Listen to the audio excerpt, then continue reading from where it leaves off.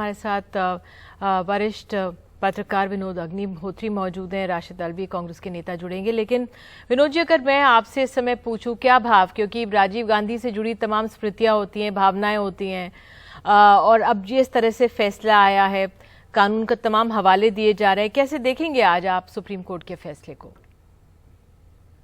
देखिए दीदी जी, राजीव गांधी की हत्या मुझे लगता है अब तक के सबसे आतंकवादी हमले जितने देश में हुए हैं, 26/11 और संसद पर हमला, उसी तरह का एक सबसे जघन्यतम हत्याकांड था आतंकवादी घटना।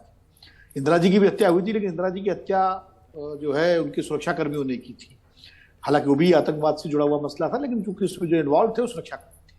ये तो सीधे सीधे जो LTT का आतंकवादी दस्ता था उसने की थी। और हमें तो, मुझे तो याद है 1991 का वो मंजर हमने तो कवर भी किया था। उस वक्त जिस वक्त की घटना हुई थी तो पूरा देश स्तब्ध था। हम सब मतलब जो है, क्योंकि राजीव गांधी न सिर्फ देश के पूर्व प्रधानमंत्री थे, कांग्रेस के अध्यक्ष थे, बल्कि बहुत बेहतरीन इंसान भी थे। हम लोगों का सबका उनसे जो है जो 1 to 1 जो मिलना जुलना था, उसमें निश्चित रूप से बहुत ही बेहतरीन इंसान थे। तो उनकी मौत ने बहुत हिला दिया था पूरे देश को। और सुप्रीम कोर्ट का फैसला आया है तो फैसले के बारे में तो कोई टिप्पणी नहीं कर सकता। कानूनविद लोग ज्यादा कहेंगे, बताएंगे उसके बारे में। कांग्रेस पार्टी ने अपना स्टैंड स्पष्ट कर दिया है। लेकिन एक बात जरूर है कि एक तरफ जब आतंकवाद के खिलाफ एक जीरो टॉलरेंस की नीति ये देश अपना रहा है, और लगातार ये एक सतत नीति है हर सरकार की, चाहे वो पिछली सरकारें रही हो, चाहे मौजूदा सरकार हो, कि आतंकवाद पर हम कोई समझौता नहीं करेंगे। आतंकवाद इस समय दुनिया का सबसे खतरनाक खेल है और पूरी दुनिया उससे परेशान है। ऐसे में जो लोग आतंकवाद के उससे जुड़े हुए थे, ठीक है, तकनीकी कानूनी कारण हो सकता है, होंगे, लेकिन उनकी रिहाई हुई है तो ये स्तब्ध करने वाली तो है ही हम सब लोगों को। तो मुझे भी लगता है कि मैं भी स्तब्ध हूं। अब बाकी बहुत सुप्रीम कोर्ट के फैसले की निंदा, आलोचना, भर्त्सना तो मैं नहीं कर सकता, क्योंकि फैसला है देश की सबसे बड़ी अदालत का है, तो उसका आदर करना चाहिए और कर रहा हूं मैं। लेकिन भावनात्मक रूप से जो भी व्यक्ति, इस देश के आम व्यक्ति को थोड़ा सा ये स्तब्ध करने वाला जरूर है। हाँ, प्रियंका गांधी मिली थी नलिनी से, क्योंकि नलिनी उस वक्त गर्भवती थी और वो एक महिला थी, तो मिली थी जाकर के, और हम लोग सब लोगों ने उसकी सराहना भी उसमें देश ने की थी कि एक अच्छा जेस्चर दिखाया। सोनिया गांधी ने भी चिट्ठी लिखी थी। लेकिन मुझे लगता है कि थोड़ा सा इस मामले में जो तकनीकी कारणों को छोड़ करके अपराध की गंभीरता को देखते हुए विचार किया जाता तो ज्यादा बेहतर था, ऐसा मेरा मानना है। बिल्कुल। और मुझे बताया जाए, राशिद अल्वी कांग्रेस के वरिष्ठ नेता हमारे साथ जुड़ गए हैं। राशिद जी, आप किस तरह से देख रहे हैं सुप्रीम कोर्ट का जो फैसला आया है? राजीव गांधी के जो ये हत्यारे थे, इनको अब रिहा किया गया है, मुझे बताया जा रहा है रिहा हो चुके हैं जेल से वो। देखिए, बहुत दुर्भाग्यपूर्ण है। सुप्रीम कोर्ट के फैसलों का सब इज्जत करते हैं और उम्मीद करते हैं कि सुप्रीम कोर्ट ऐसे फैसले देगा कि जिससे लोगों को लगेगा कि जस्टिस हो रहा है। इस मामले के अंदर अगर तमिलनाडु गवर्नमेंट ने कोई रिकमेंडेशन दी भी थी, एक तो पहला बड़ा सवाल है, क्रिमिनल्स के फेवर में आप रिकमेंडेशन कैसे दे सकते हैं? क्या जनता इसीलिए चुनती है आपको? गुजरात के अंदर बिल्किस के मर्डरर्स और रेपिस्ट को छोड़ा जा रहा है। यहाँ पे राजीव गांधी जो देश के प्रधानमंत्री थे, और अकेले राजीव गांधी नहीं, 14 लोग मारे गए थे। क्या ये समझ में आता कि देश के फॉर्मर प्राइम मिनिस्टर और 14 लोगों के कातिलों को छोड़ दिया जाए? फिर देश के अंदर कानून की इज्जत कौन करेगा? और सुप्रीम कोर्ट के लिए यह जरूरी नहीं था कि वो तमिलनाडु गवर्नमेंट की रिकमेंडेशंस को मान ही लेते। मुझे नहीं मालूम हमारा देश किस दिशा में जा रहा है। राशिद जी, मैं ये जानना चाहूंगी, कांग्रेस पार्टी ने इस पे आपत्ति जताई है, आप भी कह रहे हैं, आलोचना कर रहे हैं, लेकिन इसमें एक दूसरा पहलू ये है कि प्रियंका गांधी को हम सुना रहे थे, अभी उन्होंने माफ़ किया। सोनिया जी ने चिट्ठी लिखी थी कि नलिनी की जो मौत की सज़ा है उसको उम्र कैद में बदला जाए। राहुल गांधी भी कह चुके हैं कि उन्होंने भी माफ़ किया। तो क्या गांधी परिवार की राय और कांग्रेस पार्टी की राय इसमें अलग है? देखिए, ये उनके सेंटिमेंट्स हैं, उनके जज्बात हैं। राजीव गांधी सिर्फ एक फैमिली के नहीं थे, राजीव गांधी सिर्फ कांग्रेस पार्टी के भी नहीं थे, राजीव गांधी पूरे देश के थे। देश के लोगों के जज्बात उनके साथ जुड़े हुए थे। और यहां पे बड़ा सवाल यह है कि क्या इस तरीके से कातिलों को माफ किया जाएगा? इससे क्या मैसेज हम दे रहे हैं?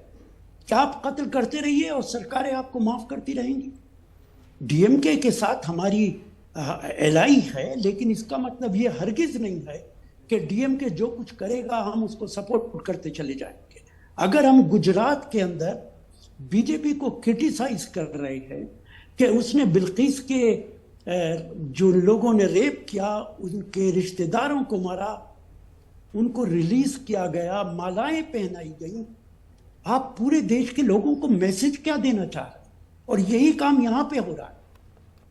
तमिलनाडु के अंदर जो कुछ हो रहा है वो गलत है इस मामले के अंदर। ठीक है विनोद जी, अगर मैं आपसे ये पूछना चाहूँ कि इसका राजनीतिक असर क्या, क्योंकि अब केंद्र सरकार तो कह रही है हमने तो उसका सुप्रीम कोर्ट में विरोध किया था, इस मसले पर हम कांग्रेस के साथ थे, लेकिन जो डीएमके है दक्षिण भारत, वहाँ पे तमिलनाडु में भावनात्मक तौर पे ये मसला काफ़ी अहम था, 4 साल तक गवर्नर के पास रहा, तो उस लिहाज से क्या इसका असर आप होता हुआ देख रहे हैं? एक तो ये भी है कि जो आपने कहा कि भाई आतंकवाद के खिलाफ हमारी ज़ीरो टॉलरेंस की नीति है, उस पर एक तरह से एक ये सवाल लगेगा कि इस तरह की आप जघन्य हत्या करेंगे, उसके बाद भी आप इतने साल के बाद आप रिलीज हो जाते हैं, लेकिन और क्या परिणाम आज की इस समय की राजनीति पर?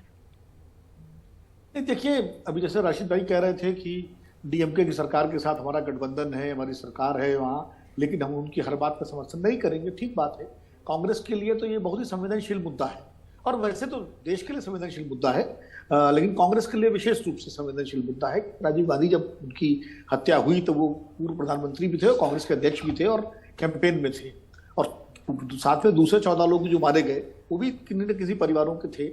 राजनीतिक महत्व तो ये है कि अब डीएमके और कांग्रेस को अपने संबंध किस तरह से आगे बनाए रखने हैं, ये एक संवेदनशीलता तो बढ़ी है इस मुद्दे पर, क्योंकि कांग्रेस ने जिस तरह इसका खुलेआम विरोध किया है, ऑफिशियली विरोध किया है, और उधर तमिलनाडु की जो सरकार है, डीएमके सरकार है, वो इस समर्थन में है इस फैसले के, उसने बाकायदा इसके लिए पुश भी किया था, क्योंकि ये तमिल राजनीति का एक मुद्दा भी है, तमिलनाडु की राजनीति का, इसलिए तमिलनाडु के सारे दल इस मामले में एकजुट है। दरअसल हमारे देश में क्या है निधि जी, कि जब क्षेत्रीय भावनाएं जो होती हैं वो राष्ट्रीय भावनाओं पर कई बार भारी पड़ जाती हैं। आप पंजाब में देखिए, जो राजा खुआ और उसका जो आतंकवाद में जेल में सजा काट रहे हैं, फांसी की सजा उनको भी मिल चुकी है, उसमें अकाली दल की सरकार और बाकी जो है इसमें जो मौजूदा सरकार, उनका सबका स्टैंड एक ही जैसा रहता है, वो उनकी माफी के लिए कोशिश करते हैं। तमिलनाडु में तमिल पार्टियां जो है राजीव गांधी के हत्यारों की माफी के लिए कोशिश करती हैं। अब जल गुरु के मसले पर कश्मीर की सारी पार्टियां जो है एक जैसी भाषा बोल रही थी, यहाँ तक कि कांग्रेस के वहां कश्मीर के नेता भी वही भाषा बोल रहे थे। तो ये दरअसल बड़ा दुर्भाग्यपूर्ण है इस देश में कि क्षेत्रीय भावनाएं जो है कई बार राष्ट्रीय भावनाओं पर भारी होने लगती हैं, और क्षेत्रीय राजनीति के हिसाब से राजनीतिक दल भी अपने स्टैंड, अपना रुख तय करते हैं। मुझे लगता है थोड़ा सा सारे दलों को, जो क्षेत्रीय दल हैं, उनको इन कुछ मामलों में कम से कम क्षेत्रीय भावना से ऊपर उठना पड़ेगा, क्योंकि राजीव गांधी की हत्या आतंकवाद की सबसे बड़ी घटना थी देश के ऊपर। देखिए, संसद पर हमला, 26/11 का हमला, इंदिरा गांधी की हत्या, राजीव गांधी की हत्या, या बेअंत सिंह की हत्या जो चीफ मिनिस्टर थे, ये सारे इस तरह के जो मामले हैं, ये पूरे देश पर एक तरह से हमला है। और इस मामले में किसी को भी स्थानीय और क्षेत्रीय राजनीति या जो वर्गीय राजनीति है उससे ऊपर उठ करके सोचना चाहिए राजनीतिक दलों को, चाहे कांग्रेस हो, चाहे बीजेपी हो, चाहे डीएमके हो, चाहे अकाली दल हो, क्योंकि ये मसले पूरे राष्ट्र की सुरक्षा और संवेदनशीलता से जुड़े हुए हैं। मुझे लगता है इस पर पुनर्विचार करने की जरूरत है सभी राजनीतिक दलों की। बिल्कुल, आप दोनों जुड़े, इसके लिए बहुत बहुत धन्यवाद।